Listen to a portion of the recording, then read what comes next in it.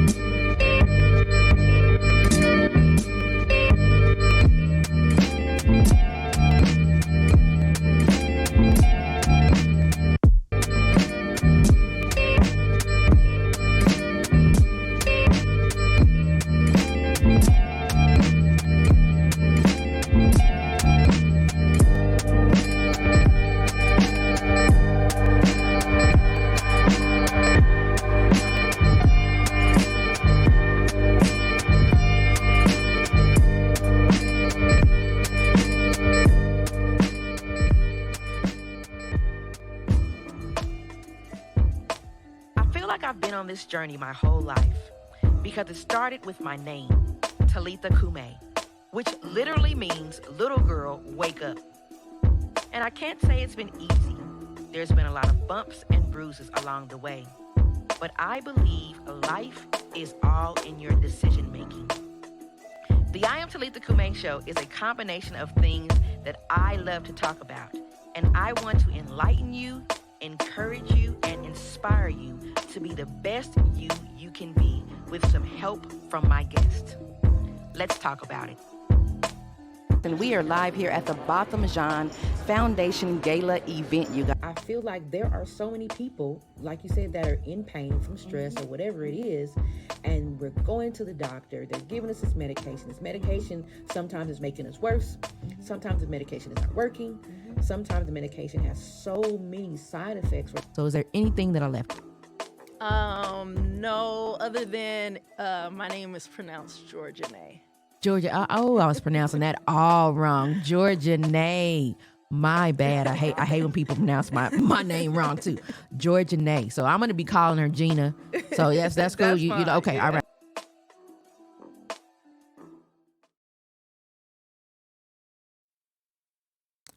Hey y'all, hey, it's your girl Talitha Cumi, and I want to welcome you to my new show, the I Am Talitha Cumi show on Vegas Hype Media.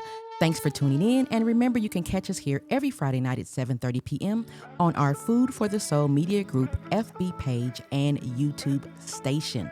Also on Vegas Hype Media's FB page and YouTube station and the Mixler app for those of you who may just want to listen to us live.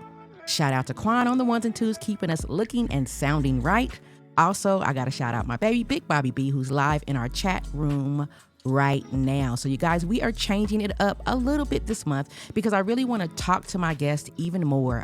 They have so much knowledge, so much wisdom, and I know that they have something to say. And because we're talking about stuff, I want to talk about stuff with somebody. So I'm talking to them earlier on in the show than previous shows. So I want to get my disclaimer out of the way. These are my opinions. They're not facts.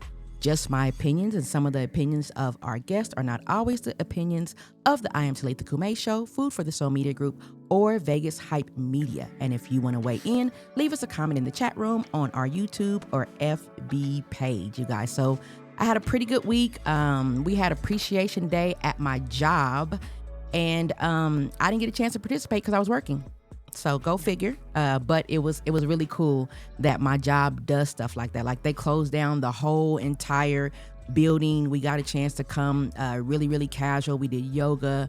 meditation. I mean, I didn't, but we did that. They catered lunch for us. We did we did massages. They brought people in to massage us, and then we did like a splatter type of paint type of something going on, and so it was really, really cool. What else did I do? Oh yeah, and I got a chance to go to a couple of community events, and so that was really cool. I like to be out in the community, seeing what's what out here in Vegas. And so the theme for the month of March is show and tell. Last week we had marriage therapist Alicia Rivers from Rethink Therapy. Shout out to her. And joining me on today's show is my special guest, Mr. BPoz, Gerald Mays. And so before we get to him, I want to get to my first segment, and it is Did You Know? So did you know that global sperm counts are declining at accelerating rates, right? The study is based on semen samples collected from 1973 to 2018.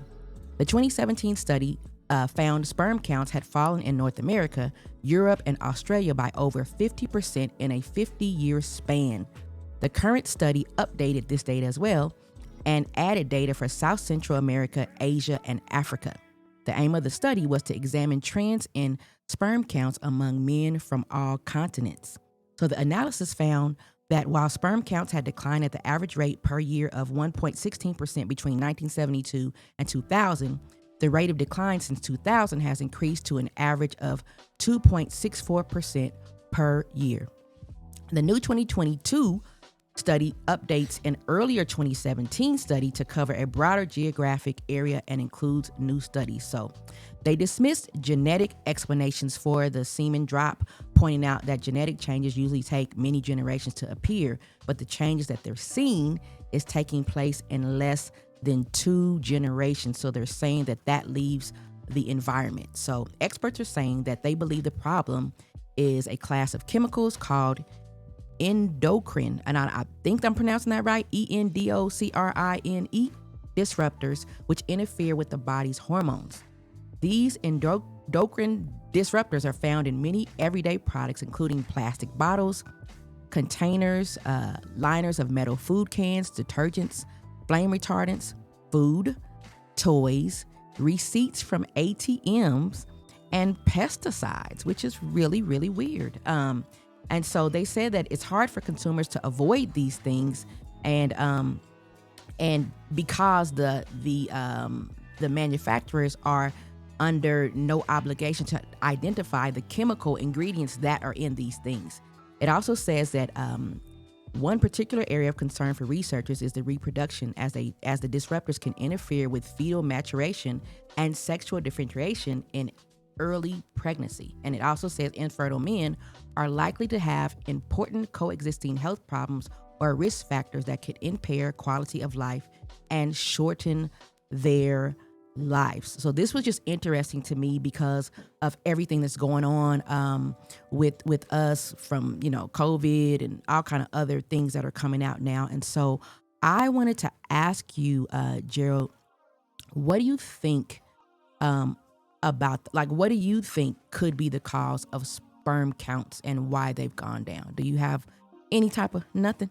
Oh, we can talk about it all day. Okay, all right then. Let me know then. I'm an old public health major. That's my undergrad. Oh, well, shoot. Then let me have it then. I think there's many factors that go into that. I think food, obviously. Okay. But also the increase of stress, like the daily stress that we have to deal with on a daily basis. It's much higher for per capita on a daily basis. Oh man, the stress levels is through the roof, and that's probably the number one killer. Okay. Of everything. So if it's the number one killer, then it's probably impacting everything. So because it's not just sperm counts, but it's the influx of heart disease and strokes and things like that. All of that is environment and the stress. Absolutely. So we had a show about for the stress of it, I think, or something like that, and it was crazy to find out how much stress affects your health, and most people just don't know about that. I don't think our doctors really tell us that. Exactly. And I think that stress kind of picks up in ways that we don't even know. Okay. Right? Like back in the day, we used to, hunt and gather. So our threat was a bear jumping out of the woods and chasing us. And we had a way to expend that energy And now we don't. Now it's our boss screaming over our shoulders with Yeah. deadlines, but we're not expending those energies. It's just packing on, Packing readily on. available, but packing on. Okay. And so we're not able to release it or anything Not like at all. that. That's why we all need exercise. Oh, yes. That's one of Okay. the keys. Okay. Exercise and drink your water and get your sleep. Okay. Well, thank you so much for that. So we're thinking then that the low sperm count is possibly just because people are stressed, man. These men are stressed. They're trying to figure stuff out. They're trying to take care of their families. They have so many pressures that are going on right now. And so, yeah, that's another reason. And then Quan said that, food too. And so that's why we need to really work on changing our diets. Absolutely. And making sure that we're eating healthy. But we also need to find out what healthy eating is, because some of us don't know that either. And we think that we're doing well by going to get a low calorie this or eating a salad or something like that. And sometimes that might not be, Not at all. what you Really, need. really, we need probably balance. Okay. Balance in all of those things. Okay. Well, I want to get down to it, and I need to formally welcome you to the show by telling my audience a little bit about you. So Gerald, Mr. BPoz Mays, his favorite titles are Dad and Babe. But to be honest, he says his destructive mental behaviors almost destroyed his chances of being any of those titles.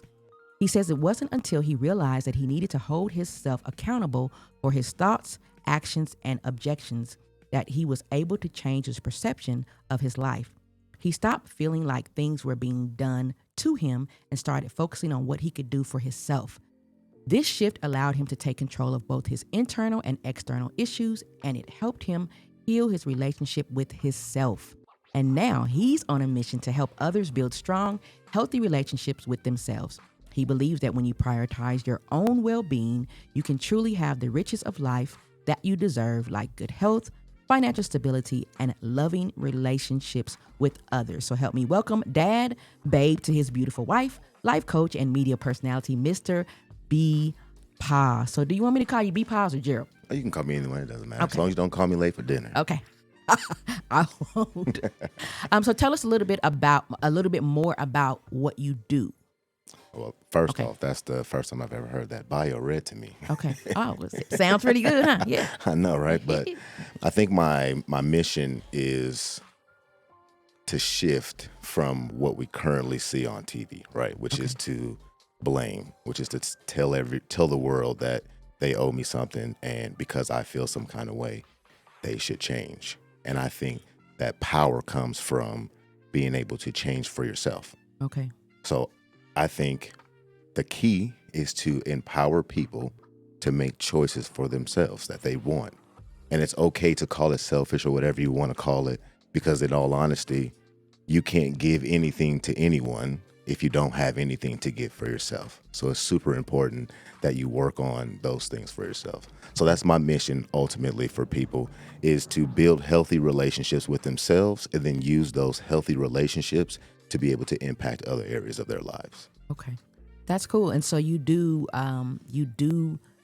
counseling sessions and different things like that. Do you do it by yourself, or do you and your wife do it? No, I do it. It's just you? Okay. Yeah, it's just me. I do all the coaching sessions and the teachings and stuff like that. My wife is my sounding board. Okay. So she has a way of balancing me out in conversations when we're doing it to public. So Okay, yeah. She knows me the best in right. all of the world. And that makes sense. So when we got a chance to see you guys talking together, it was easier for you to talk about different things with her, given that female point of view. Absolutely. Especially with you. Absolutely. So yeah, I get it.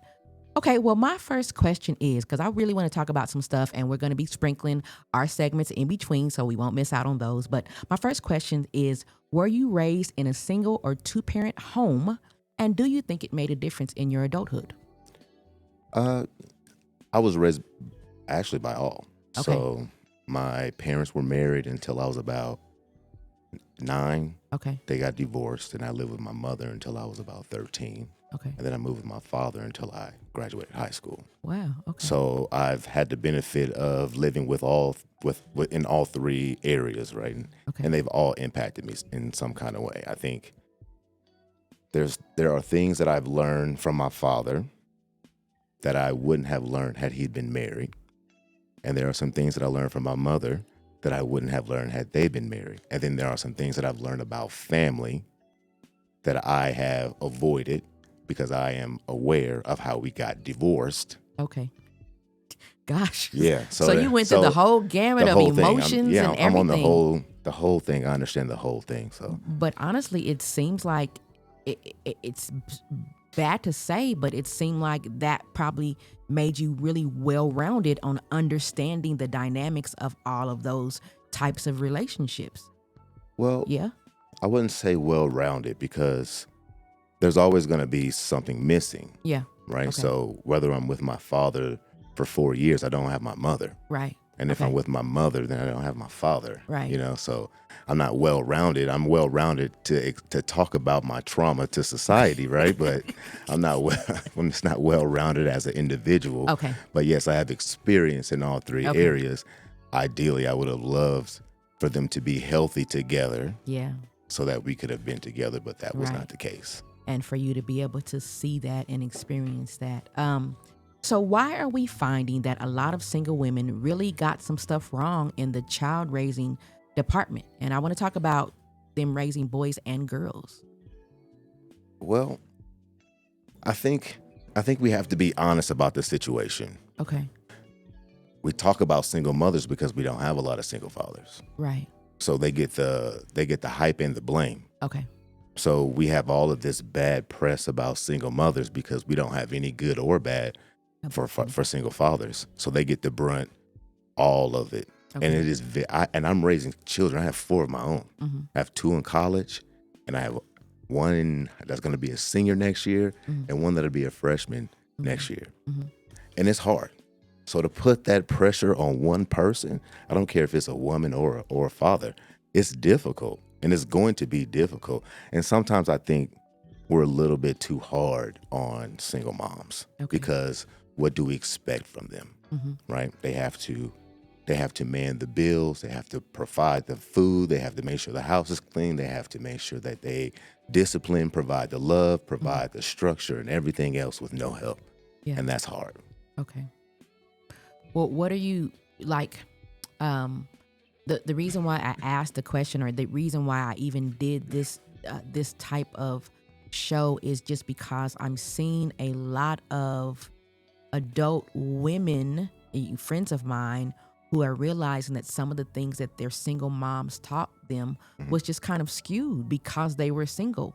So they didn't get the other side of the knowing how to be a healthy wife, knowing how to be in a relationship. They didn't get that part. No, I agree with that too, because you don't get the lessons from both sides. Okay. Right? You don't learn what a man is supposed to do for you because your father's not around. And you also learn what a woman that we aren't actually trying to teach our daughters to be has to be. Right. We're not teaching our daughters we don't want to teach our daughters to be strong in that environment, but that's their only example. Yes. So I think we have to broaden out that question just a little bit, just because I think that problem shows up for boys and girls because there's a lack and not enough of either one. Yeah. If you know what I mean. Yeah, I can see that. And so do you feel like single women who raise boys are raising these men to be coddled because they possibly are treating them like their dates or their helpmates rather than their sons? Yeah, I think that happens all the time. I think it happens in that manner. I also think it happens to where that son grows up where his mother is the most important person to him and wants to be something more than what his father was. So then he, picks up on that. Maybe the mother tries to teach their sons to be a nicer version or a better version or whatever it may be. And then there are definitely those situations where the mothers don't have a man, so their son becomes the man of the house. Like I've seen that on numerous occasions, and that has to be detrimental to some people. I have a few friends like that where they've grown up as the man of the house and they don't know how to take a step back. So there's, so much pressure on them. And so these unrealistic expectations of how to be a man kind of stems from some of those things as well. And people are getting rich off of those ideas right now, but they still come from trauma and pain in that manner. And, sometimes I wish that we'd be able to take a step back and understand that there should be some level of grace for all of them and for everyone. And it isn't anyone's fault, but the system or the society has essentially forced us into this space. And I agree, and I don't want to, and I really, because I don't have any children of my own, I didn't want to make it seem like I was placing blame on the single women, but I'm just saying that, you know, when you know better, you do better. Yep. And so I just think that some of the single mothers, they just didn't know a whole lot. And so they raised their daughters or their sons the way that they saw fit, like you said, because they didn't have any type of person around or a role model to do that with. So they kind of maybe I show up here trying to you know, cheerlead for the single moms because I know how I talk to my mother a lot, and I know how hard it was for her, and she only had 2 of us. Yeah, and I know how difficult it was, and how much she struggled to pave the way and make sure that we had something. Yeah, and you know, I think and I definitely, if you know me in my 20s through, well, probably 16 to like 25, 27, like you definitely say like, oh, that guy was raised by a single mom. Oh, okay. He does all of those things that those guys do. So there's a look then, or there's a character. Basically, there's kind of a character. I don't want to call it a character, but like I would definitely fit the mold of what you would think that person does. You know, and I think I would never put that behavior or attribute that behavior to my mother. Yeah. You know, because it's not fair. My mom worked hard. Yeah. She did the very, very best that she could. She got her degree. I'm going to shout out my mom real quick, but she got a degree when she was like 42, 43 years old. Good for her. You know, went back to school, got her, you know, so I'm extremely proud of everything that she tried to do for her and my sister. Well, thank you for shouting out and for cheerleading for the single moms. I'm going to put a pause right there while we get into our segment of the show where we love to hear Bobby's shenanigans in the kitchen. So up next is The Side Chain with Big Bobby B. Let's go.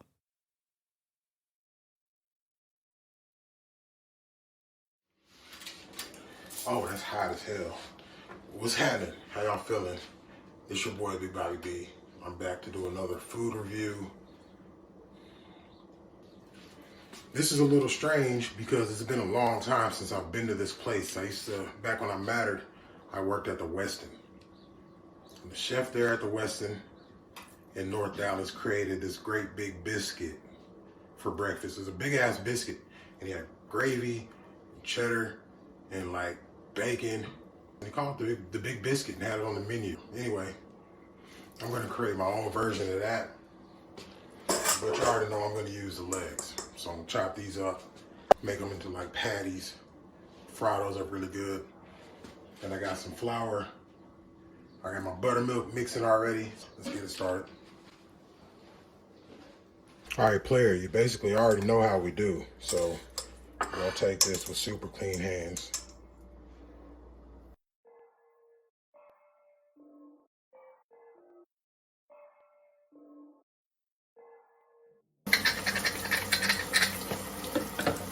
This is literally the dumbest dumbass sink ever. Why would they put a big ass shop sink in the kitchen? I don't know, but it wasn't my place to try to replace it, you know, try to cut new. I don't do this, so. All right, now that we got that bird all chopped up and everything, I'm gonna season that, marinate that on the side. But while we're doing that, we're gonna start making these biscuits. All right, Pancho. Let's start this. So, in this here, 2 cups of flour. I got a tablespoon of good baking powder, half a teaspoon of baking soda, and a 1/4 teaspoon of salt. A little bit of sugar, just to lift up the salt or whatever. Now I'm gonna cut in this cold ass butter. You see that? That butter there frozen, daddy. All right. It's gonna be a buttery biscuit, dog. It's a breakfast biscuit, so you know it's a once a week kind of thing. It's not an every day kind of thing. All right, now we're getting ready for our buttermilk. So cut cut that well in there, right, dude? And just kind of like pour it. Let it absorb.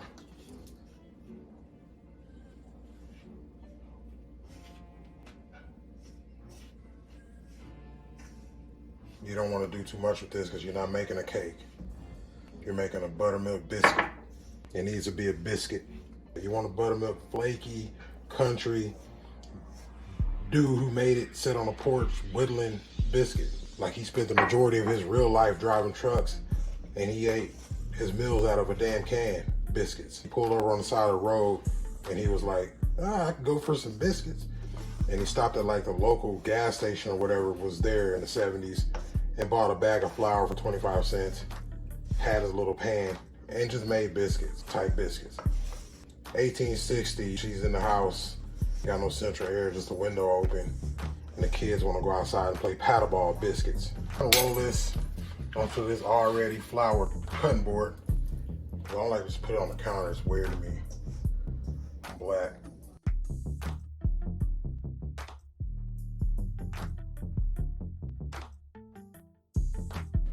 All right, so I'm gonna get a rolling pin, roll it out, make it pretty. Yeah, see y'all in a second.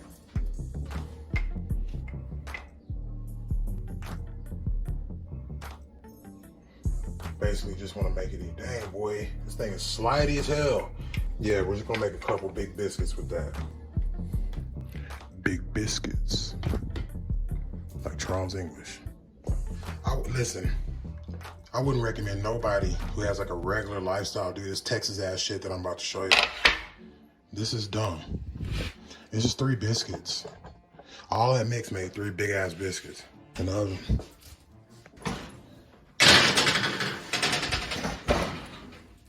We'll set this timer for about 15 minutes and we'll just watch them. Timer 15. All right. So my buddy told me to do a vegan dish and I'll do that next week. That, I'm just not in that space. So right now, got 1 egg and I'm gonna get on it. Don't worry about it, Q. I got you, dog.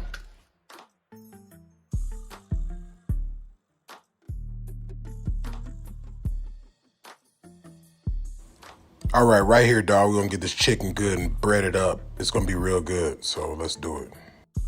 My brother-in-law and his selective cleaning. I love him though.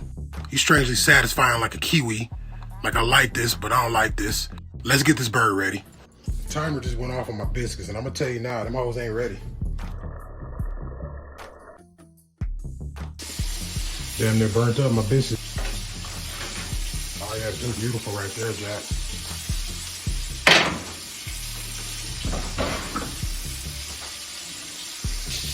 All right, while that beautiful bird's over there doing his food diligence, I'm gonna chop down some of these onions and bell peppers.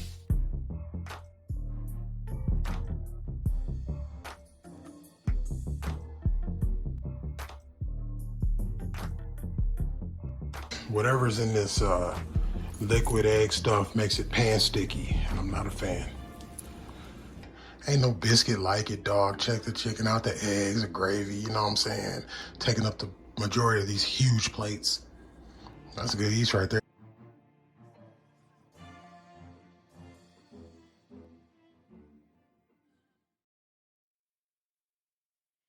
And we are back, and that breakfast was so yummy. That was last Sunday, I think. So back to my discussion. I'm talking to BPoz, trying to figure out if single mothers really screwed up some of our men and women with their thinking. And so that's kind of what the subject is about today. So in your honest opinion, do you think having a mother and father in the home, well, we already talked about, I guess, it's a true necessity? Yeah, absolutely. It's a true necessity. Absolutely. There's no way around it. Well, I will say with a disclaimer that as long as they're healthy together, because if that union is toxic, then it is not. It's not very good for those kids. And it doesn't matter whether it's a mother and father in the home. Absolutely. And so do you think that a lot of single mothers who didn't have fathers in the home raised their children different because of it? And is there a difference that you've seen with men that were raised in single mother homes versus men that were raised men that were raised with their fathers either at home or in their lives, period? Well, that's a big question, but I think the yes, yes, and yes. Okay. But for a lot of reasons, it's always going to be good for, well, let me back up. What I've noticed the most is men that I've known, that I know who have their father in their lives, have been able to create balance because they have those two examples. Other people who haven't, who I know, they tend to react in one of two ways, right? One is as the super protector, and that translates in all areas of their lives. Heightened stress, things like that comes with a man like that. And I think there's also that type that is like burdensome, who feels overwhelmed by having to be those things. Because I think, and I don't want to talk all over the place and all over your question, but I think there's a space for us to understand that men and women need different things at different times. Okay. So when your dad was gone, like I'm lucky enough to have had my dad from 14 to 18 when I really needed him. I probably needed my mom at the time that I had him too. So I think they provide so many great things in opposite that if you don't have them, you almost end up incomplete. And that incompleteness can create extremes because you don't really know how to swing the pendulum back because you've only known how to be super you for your mom and your sisters and everybody else. You've never known how to just be a human for yourself. So you think that the picture of being a man is being tough and strong and paying the bills and doing all of these things, that you don't take any time to fulfill some of those things that come up anyway, that you keep suppressing down because we've been told by either our mothers, because our father isn't around, that you should stop all that crying, or men don't cry, or whatever it may be. And then there's a portion of us that gets suppressed and it comes out in some crazy ways. Yeah.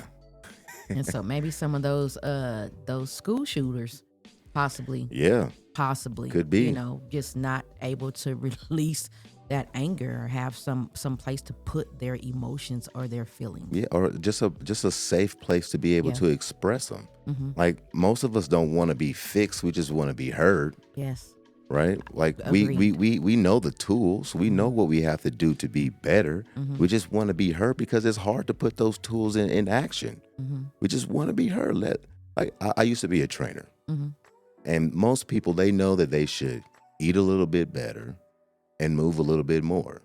But that's not what we talked about. We talked about how every single time they go to work, the boss brought donuts and they only get 20 minutes to eat lunch, and they don't have time because they have kids who have functions, and they don't have time for themselves. They don't even have 10 or 15 minutes to take a bath. So so I'm like, it's so many things out there that, oh man, I can go on for forever, but I'm so passionate about those things too, because we're missing so much. Yeah.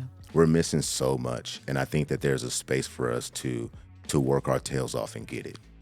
And that's why we have people like you. We have people like you who come on shows like this, who help us just kind of talk some things out. Because I know a lot of people are just we're confused. We're just trying to figure this thing out. And a lot of times, like you said, that we just need a sounding board sometimes. And sometimes we need to hear it play back on what we say.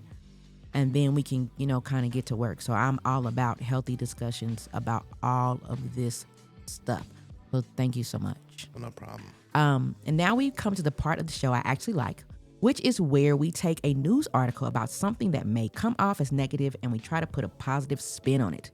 So I'm going to try and get through this very, very quickly. Dilbert creator Scott Adams was a comic strip star, but after racist comments, he says he's lost 80% of his income.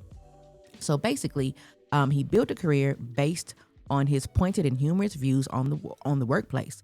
And when it comes to describing his own current work environment, he summed it up on Sunday in 2 words: it is a train wreck.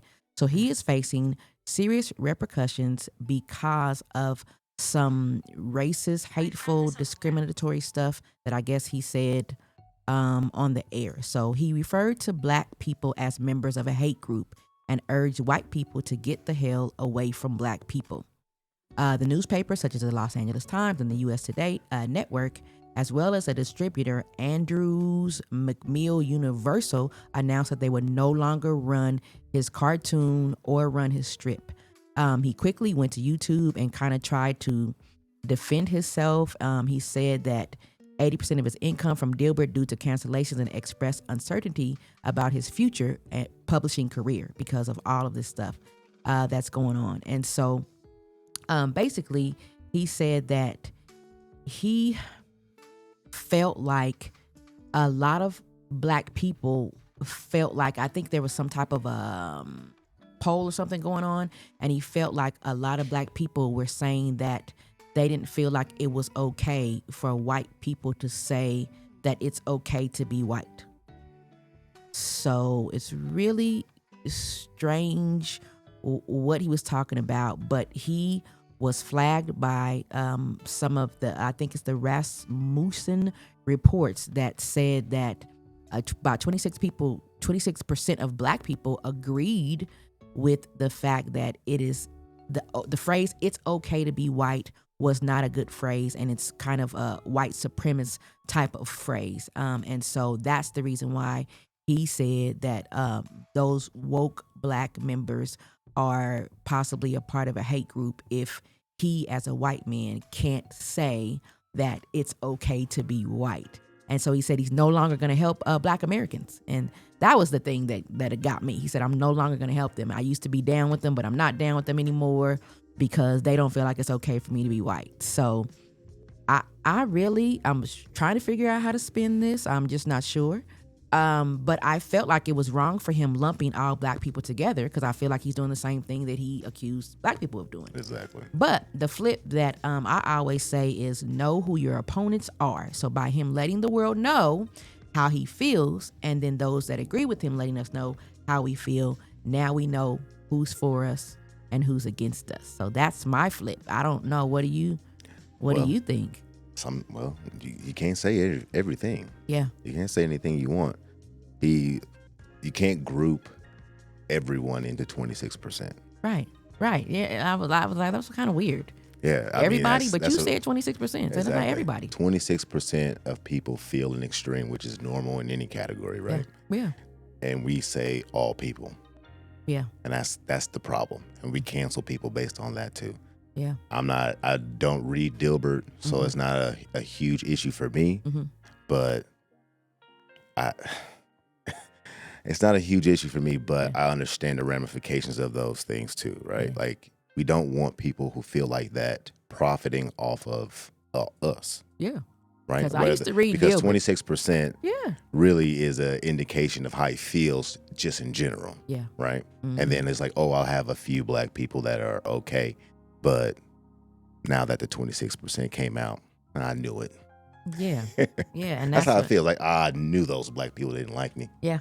Yeah, and pretty much I think it's okay to if you say it's okay to be white, just like I think it's okay for me to say it's okay for me to be black. Absolutely. So I agree. It's neither one of them. Yeah. I disagree with the 26%. Yeah. It's okay for you to say you're white. It's not a big deal because you are white. What do you think if they said like white lives matter? Yeah. Would you agree? Would you be okay with that? It doesn't matter to me because I feel like white lives matter. I'm with you. I feel like white lives matter, but the connotation of where the Black Lives Matter came from was just, I guess, a movement from what I learned about just some of the killings that was going on. So like, hey, y'all, Mm-hmm.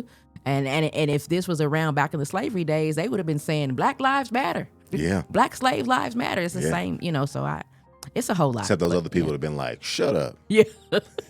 They wouldn't have been able to march at all. And so thanks for that. Our next segment, you guys, I want to know your comments too, and I want to know what you guys think. So post them in the comment for me and let me know. But our next segment It's so cool. I love doing these with Bobby B. And it is our movie review of the week. And we reviewed the movie Best Friend. So take a look.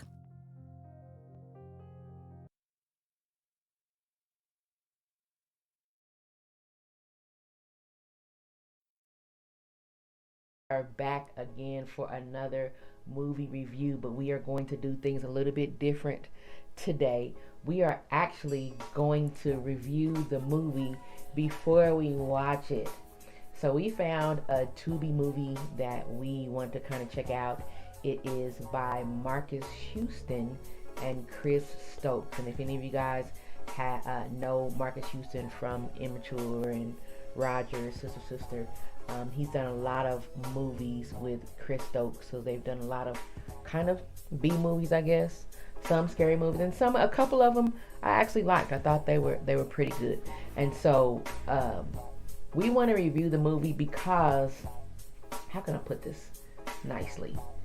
We want to do some Tubi movies, but we really want to try and talk about the fact that a lot of movie makers are doing just the same storyline, and we really want to see something different. We want to see some multifaceted characters. We want to see different storylines, because I don't think that we all just are in the club or, selling drugs or killing each other, or there's always a gun in every single doggone Tubi movie that we've seen. And this is just us seeing previews of them, because some of them we just haven't wanted to watch. We haven't wanted to watch because it's not interesting. So To be black means that you got to put a gun in it, a bunch of strip club scenes, and somebody who's like an accountant.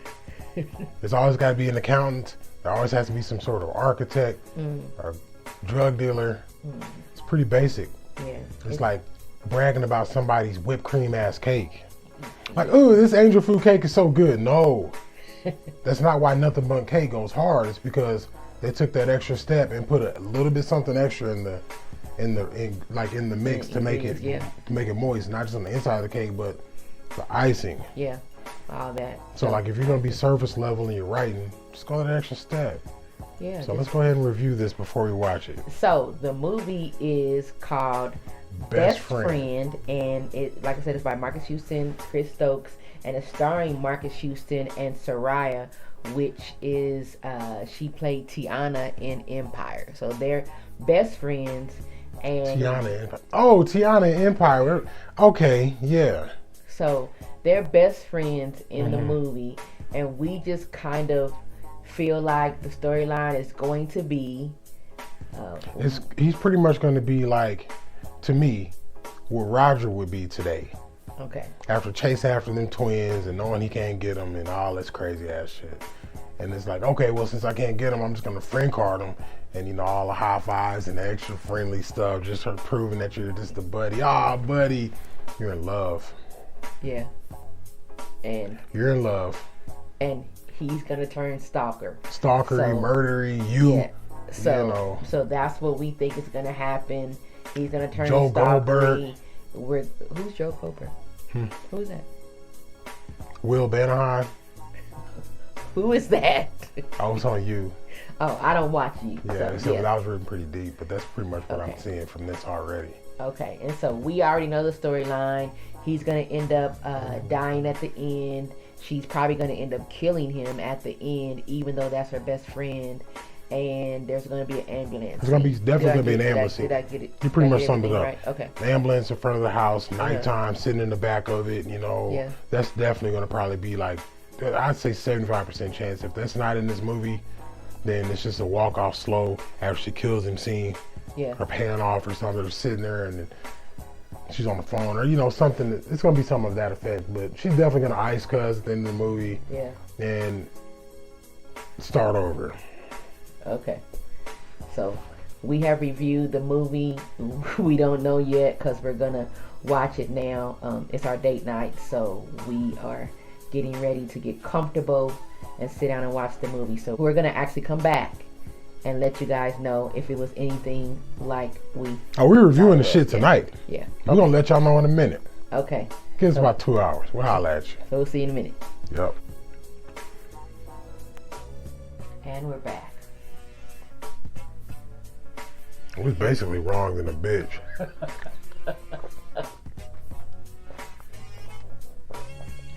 We were wrong. Go see it. It's a pretty good movie. Talk to you later.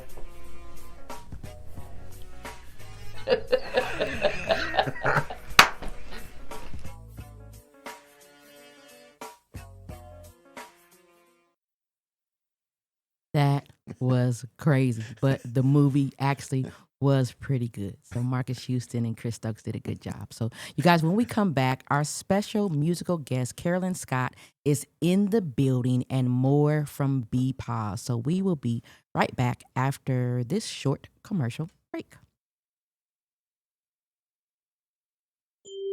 Premium Grooming Essential. Crisp products provide you with excellent hair and skin products, along with high-quality grooming products for the hair of the future. Their multi-use professional product for barbers and cosmetologists will make your desired hairlines, crisp, goatees, and eyebrows pleasingly crisp, keeping your desired lines and shapes crisp.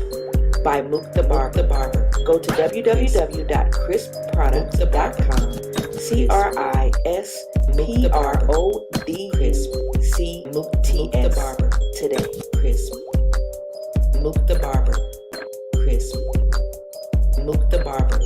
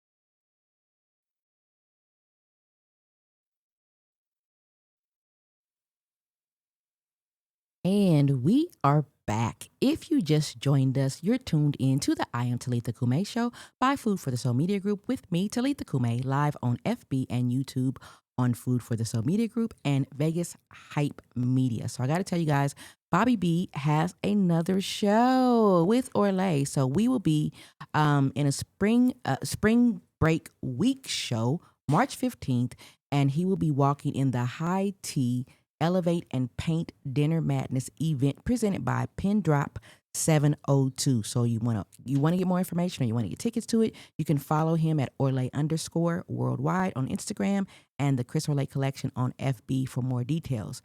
And you know that I will be in the building getting some cool footage. So you guys, we're talking about stuff. If you guys want to talk about some stuff with us, leave us some comments in our comment section. Let us know what your thoughts are. And so I had like some lists that I wanted to do, but I don't have a lot of time. So I'm going to skip to introducing my special musical guest that is in the building as well. Singer, songwriter, musician, business owner, and public speaker, Carolyne Scott holds an international residency in Kyoto, Japan. Kyoto. Okay. Yeah. I knew I was going to back that up.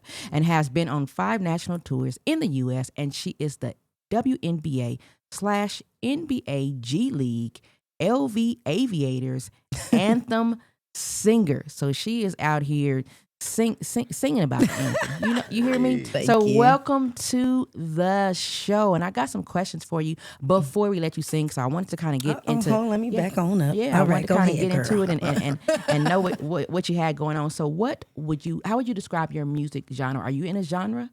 Or would you just say you just do music? No. Okay. I sing everything. I sing neo soul. I sing rock. I sing pop. I sing jazz. I sing everything. Do you really? Yeah, I really do. And how did you get into singing? Well, I started in church in the angel choir when I was 4. Okay. And I even, it's funny, one of my fans actually went and took the photo that they still have in that church of me and sent it to me. So I thought that was really cool. Aw.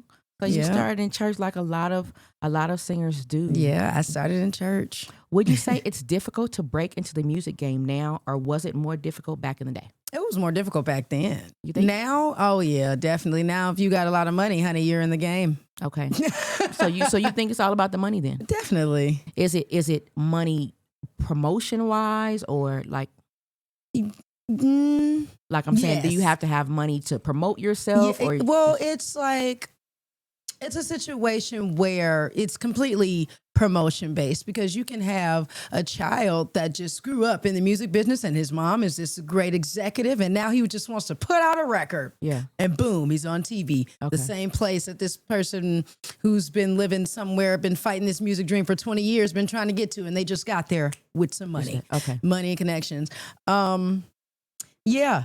So that's the situation now. It's like, hey, you got the bread. We're going to put you on. Yeah. And That's it why you do- got so many, I call them microwave artists. and it doesn't even matter if they can sing. Oh, honey, I didn't know you was talking about singers. So hey, say we're not That's even the one talking. thing I can't do. I didn't know you was talking about singers. all you need is a little money, and I can't sing. So just You shove it up a tweet. but you can put an album out though. It's all about marketing and branding because I Yeah. saw something the other day that had me kind of questioning because I was like, why is Sweetie on Peacock on Bel Air singing happy birthday? Yeah. Singing Yeah. happy birthday. Marketing and promotion, honey. She has a great team. Yeah. Hey, I thought the same thing when I watched that episode. I'm like, why not let Hillary? 'Cause she's an actual singer. What is going on? Coco Jones is yeah. actually amazing. Yeah. So tell me some of your musical influences. Alive or dead. When everybody asks me that, that's the it- first thing I say. Alive or dead. So- Either one. Musical influence alive? Mhm. Probably Brandy and Jasmine Sullivan. I even like a little bit of Shaka Khan. I find myself Okay. singing her music a lot. Dead always Billie Holiday. Really? Billie Holiday is My your baby. That's your Her jam. and Frank Sinatra are amazing to Okay. me. Actually, it's funny. No one would ever guess that my favorite song in the whole world is "My Way." Really? by Frank I did Sinatra. it It's my favorite song in the whole way. world. Yeah. I like that song too. Mhm. Me too. You got to actually. really sit back in the bathtub with the lights off, with some candles on, and listen to it. You're gonna understand exactly That's what a that whole man was saying. different experience. Okay, Yeah, then. you're gonna understand that song. Okay, then I'm gonna try that. Mm-hmm. So we've been talking about single mothers raising children and if they missed the mark somewhere. So if you don't mind my asking, were you raised in a single or two-parent home? I was raised in foster homes and group homes. Really? Mm-hmm. So I have a total different outlook on that. wow. So okay then. So without any parents at all, then what differences do you see in you that you don't see? I'm a in lot somebody stronger else? than a lot of the people around me. Okay. And I don't mean that in a defensive way. I mean that as far as my survival skills have been in me longer than a lot of my peers. You know what I mean? Like I had my own apartment when I was 17 in high school. Okay. You know, so I've been on my own for a long time. Okay. Yeah, so it just made me a little more aware in situations and just a harder go-getter, honestly. I don't think I would have half the hustle I have if I was given the fortunate of having both parents. Do you think you have something to prove, like to yourself or to Definitely. okay. Definitely. Mhm. I beat every statistic against me. Yeah. So That's yes, I dope. definitely am proving to myself every day, all the time. Like, you know, That is just trying dope. to keep going. So if you don't mind me asking, do you have any children of your No. own? Okay. And Another so you don't- statistic I beat. okay. No, Okay. no, I don't So have any you're like- kids. you're like, I no, do I'm good. have a little poodle. His name is Charlie. Okay, that's your baby. I have one too. Oh, I and, have a standard poodle. Lane Oh, Lane. nice. You have the big ones? Yeah. Oh, oh yeah. I'm cool. I'm cool on the poodles. We have a puppy too, but he gets on my doggone nerves. oh, yeah. Growling Mine's at- is a little yeah. biter. Yeah, he was growling. Gotta at get me him out of ear- that. Growling at me earlier. So He you bit me today, actually. Oh no, did he? Charlie bit me. Hey, I don't think I'd have a dog today if he bit me today. you know, just right outside, not coming back. You hear Wouldn't me? be my dog anymore. Yeah, that's what I'm saying. He And so didn't you, mean it. so you guys, I have this last segment I want to do before we get to Carolyne. So I want to play a short game with you guys, and I need to ask if you want to do truth or opinion or Black TV show theme songs? Which one do you guys want to do? Truth and opinion. Truth and opinion. I am down with that. Let's get it. Truth and Okay, opinion. and so it's just 5 questions. So, truth or opinion, or truth, fact, or false, or fiction. And we're supposed So- to be determining what you say? Yes. Is? Okay, got it. So, Leonardo da Vinci wrote the first resume in 1482. Is that fact or is it fiction? Opinion. Yeah, I think it's fiction.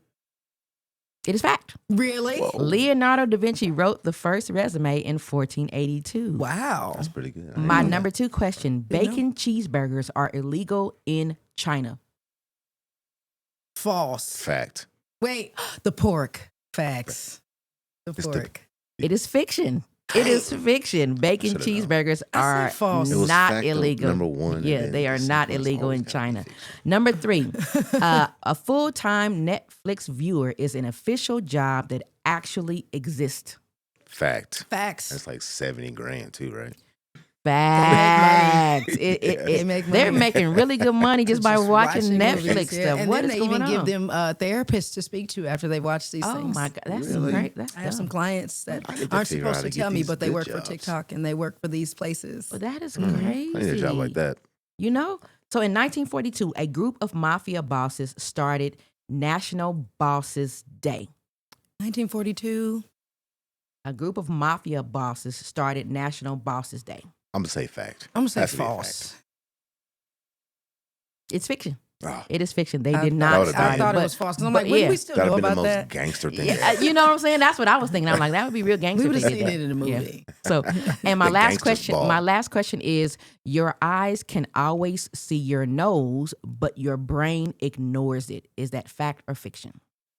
Fiction. Fact. As I look at my nose to I determine. know, right? I'm like, Fact. It is fact. Fact. Your eyes can always see your nose, but your Mhm. brain ignores it because I guess you would kind of be yeah. looking like Too this clo- all the yeah. time. So like it's looking really through weird. goggles or something. You know, right? so it's just really, really weird. But you guys, thank you guys both so much for being great sports and playing the game. I want to see Quan will tell me later on if that hit or missed. I don't know. But anyway, let me know what either of you guys have coming up. Do you guys have anything coming up, BPoz? Just my podcast, Yes We Fight, that I do with my wife every Saturday morning at 10:15. So you can look that up on Facebook at Yes We Fight, the marriage group. Okay. Yes, we fight the marriage group. Got Yeah. it. And Carolyne, anything you got coming up?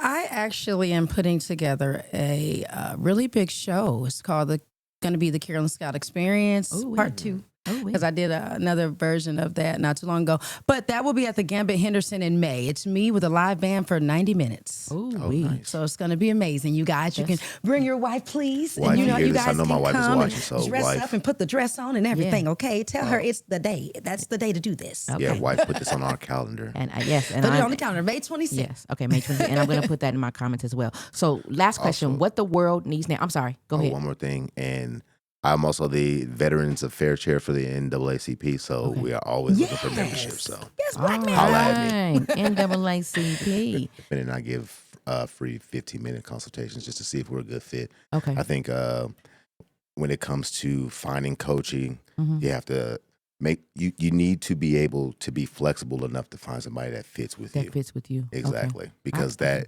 is one of the biggest keys to being successful in that space. Okay. So if anyone that's interested, by all means, MrBPoz.com, schedule a talk to me session and we'll get it started. Do you do just phone or is it like a video It's a Zoom conference? call. It's And a then Zoom and you get archives for all the Zoom calls for Okay. for your records. Okay. Uh-huh. Make sure y'all check out my eyelash company, Clissette's LV. We are the Clisette. only black-owned lash company backed by the BBB in Las Vegas. Thank you. Do it There then. we go. We got some good stuff from y'all. So my last question: what the world needs now is what? Love. Huh. My God. I'll just My God. Piggyback off co-sign. of love. It's love, patience, space. Like, give people a break, Mhm. please. Life is hard. Yeah. Like, we don't need you to also tell us every single moment You when we know, make that- make a that- mistake. yeah. We have a lot of things going on. I would Would say never know. patience for sure. We'll never know anything that you've ever been through in life just meeting you because you look amazing. Thank you. Mhm. It is, and we cover our scars Mhm. really, really well. Yeah. And you look amazing. Thank just you want very to know much. that. So Thank you very much. I think we just need a little patience and for people to give them their flowers while they're alive. You look amazing too, Talitha. Amen. So do you, Thank Quan. I know Thank that's you. right. Thank you. So I want to thank both of you guys for coming. As we close the show out, please keep in mind we are looking for positive artists who would like to have a live feature performance to end my show every week. I am a lover of all things music, and I really would love to showcase you and give you a platform to do your thing. You can be a Christian artist or secular artist, but we just need music with some substance and positivity. If you're interested, you can go to our website, www.foodforthesoulmediagroup.press, and go to our Artist Spotlight tab and submit your music. Or you can email us at foodforthesoulpresents.com for more information, and you could be our next guest. And so now, you guys, I think she may be ready. Maybe ready. Maybe not ready. Almost ready. A little bit ready. I can't wait. Turn it up a little bit more. I blocked your number today. I finally stood for me. I finally found the strength to leave. I finally love me. Got tired of opening the door for you to hurt me. Tired of fucking you, then feeling worthless. Tired of letting you blame me in my dreams. And I'm tired of your bipolar mood swings. Tired of me having to do everything. And I'm tired of you not being there for me. A man's only gonna do what you allow. And you a whole damn fool. If you stick around, a man's only gonna do what you allow. And you a whole damn fool. Cause I deleted all our pictures, all your calls. Don't wanna see you, feel you at all. I'm tired of you lying, tired of you playing, tired of blowing up your phone. I'm tired of crying, tired of hiding from my friends, tired of from my mama, tired of being depressed. I'm up and down with your drama, tired of being the one that's left hurt, and I'm tired of being the one to forgive first. Cause a man's only gonna do what you allow. A whole damn fool, girl. What you allow, yeah, babe. Don't be blind, you saw it coming, girl. What you allow, you allow. Yeah, babe, yeah, baby. A man's only gonna do what you allow. Yeah, babe, yeah.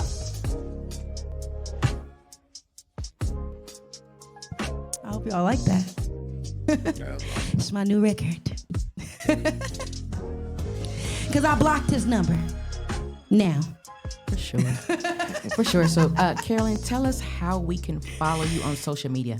Carolyne Scott. I'm the only one, and I paid for it like that. CAROLYNESCOTT. You gotta spell my name right, or you're gonna get a 90-year-old dog trainer. Oh, okay. So we want to make sure we add that E at the end of Carolyne, you guys. So that is our show. Tune in every Friday to the I Am Talitha Cumi show at 7:30 p.m. on our FB page and YouTube station, Food for the Soul Media Group or Vegas Hype Media, and tell your people. And catch our Rewind show every Wednesday, same time, 7:30 p.m. on our YouTube station. Our show tonight has been sponsored in part by Orlay Worldwide and Big Bobby B Beats, you guys. That cool scenery that you seen in the back of Carolyne performing, that is Bobby B's art. So if you want to check him out, make sure you go to Orlay_worldwide for more information. Our show has also been sponsored in part by Chris Products, Mr. Gerald BPoz, Miss Carolyne Scott, and Pin Drop 702 Collective. And we are out of here for this week. Thank you guys for tuning in.